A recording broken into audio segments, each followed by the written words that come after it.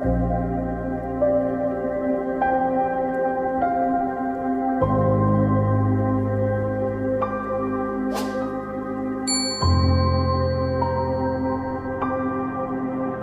yaratanım Kudayım, ecemin elin tutayım gömevi. Annemin barda da tayınır, kafamı kucuklayın ruhsadı.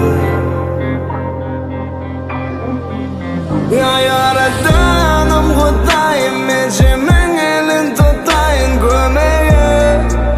Burasım geliyor, annemin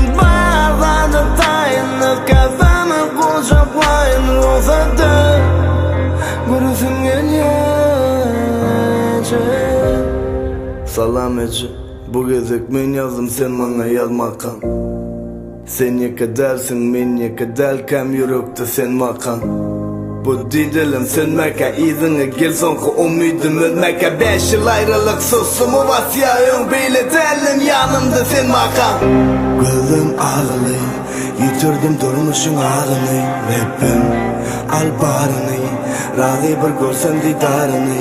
Her dem kusama karışıp, eceme karışıp, yadadım yarışıp. Ayrılık bilensin, ece sağaman yanıma bir gelsin.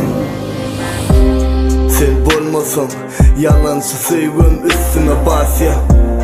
Köp alın ya, nece ağlayan adamı köp kulak asyan. Yamanlık ediyen ken men arkamı bıçaklayan.